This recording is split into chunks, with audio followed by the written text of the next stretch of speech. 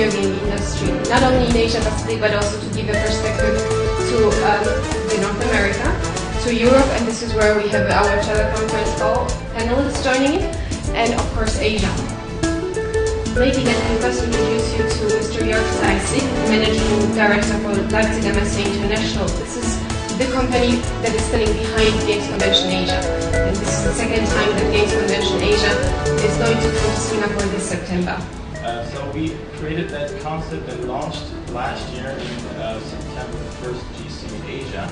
And we were able to welcome 70,000 visitors to the public show and had a nice conference with another 600 delegates. So we felt that this first successful start in last year gave us a lot of, faith in the market. What I want to do is just give a quick snapshot of the PricewaterhouseCoorp's Entertainment Media Outlook. We just released that in June. What it is, just to give some background, it's a global study that we do, looking at the size of the market, revenues, industry trends across 15 different entertainment media segments. And it's a 5-year forecast looking out to 2012. We've been doing this for a number of years, and it's quite an in-depth analysis, and does go into quite a bit of flavour about some of the sweeping trends that are sort of transforming the broader entertainment media industry.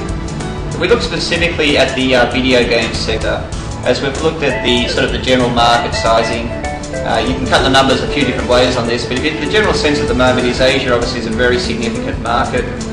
$14.8 billion is the revenue for 2007. Our forecast is that actual industry will grow to be a $25.3 billion market.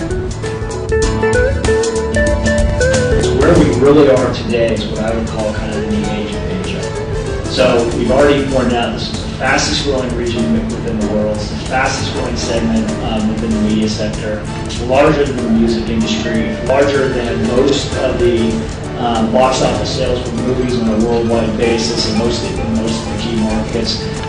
So the Asia region is really significant in that space.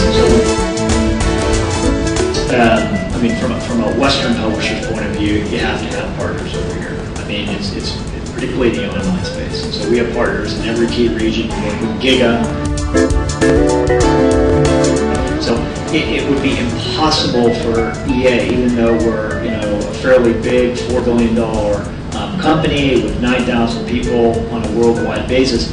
Even we just can't come into this place and just arrogantly say we're going to succeed and build this business on our own. So we have a number of strategic partnerships in almost every single country around the region, and I don't know anyone else who would be able to do that in any other way. So there's a great infrastructure across Asia in the online business. Really fantastic.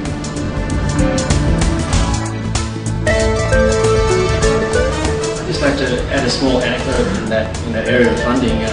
Recently, I had a meeting with Shanda in China, and they're coming up with a fantastic platform where they've been incredibly successful in China with the online games, and they're actually giving back to the community, and they're actually investing every month $1 million in new game content.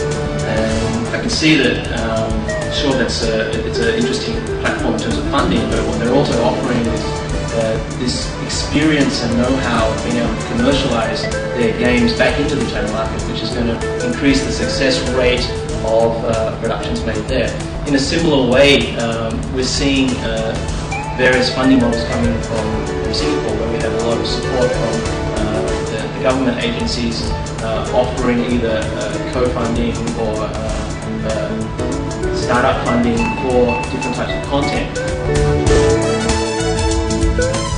I think the key thing in the finance area, if you look at the places where finance is easily accessible, then success stories.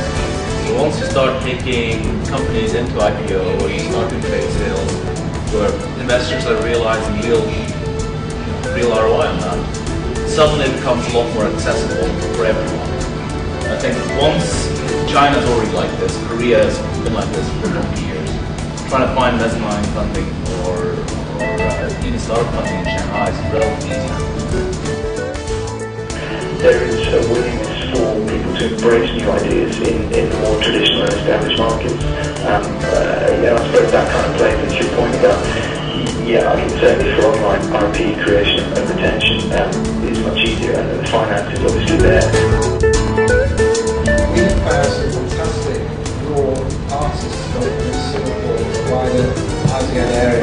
Artists who I say, things to discover, whose drawing skills, whose harmonic skills, whose animation skills really are potentially as great as anywhere in the world. Exciting time for the industry as a whole. There are so much opportunities globally, and I think particularly in Asia is extremely interesting and exciting. I think we're seeing some global models, business models developing. There's also the need to be able to understand the regional perspective, the local perspective. And I think Games Convention Asia, what we're hearing is the platform that can bring different players together, different country representatives, and does allow a pan-Asian discussion and ability to share ideas about business models, maybe the opportunities to look at investment funding models, and also just share ideas with peers. So that's my perspective from the discussion. Yeah, again, I mean, we have a lot of work to be done here in the region in terms of connecting people. Unfortunately, that's a tactic which Nokia is using, connecting people. But we don't do nothing else than Nokia. We try to bring this community together here. And as it is still fragmented, of course, we still have quite a bit of work to be done. But I believe that this opportunity to connect not only the Asia-Pacific market, but also, as Chris is pointing out, bridging that up with the European and American market. That's exactly what we stand for, and that's what we're going to do, shouting out the good messages in both directions, linking up to people, and at the end of the day, Singapore is a very successful business model, so I would like that to see that the Games Convention Asia, of course, is developing into that direction where the business is driven into the entire region here, and yeah, I hope to see you all at the Games Convention, which is from 18th to 20th of September this year at the SUNTEC. Where else can you hold that convention anyway? But it's a very nice spot, as this is a very compact facility. We can accommodate everything, and again, it's a B2B as well as a B2C component attached to that. So driving the business, you better have a B2B component, not like other shows in this area where you say it's very smallish. So this is a fully integrated concept for the entire region. And again, it is a challenge as the market is fragmented, but we are willing to go that way. And I believe in the show, I believe in the of course, location of Singapore. And in the industry, as Greg was pointing out a couple of figures and double-digit growth rates here in the region, we should do a lot of things wrong to not be successful here, I believe. So, I'll see you all there at the show. Thank you.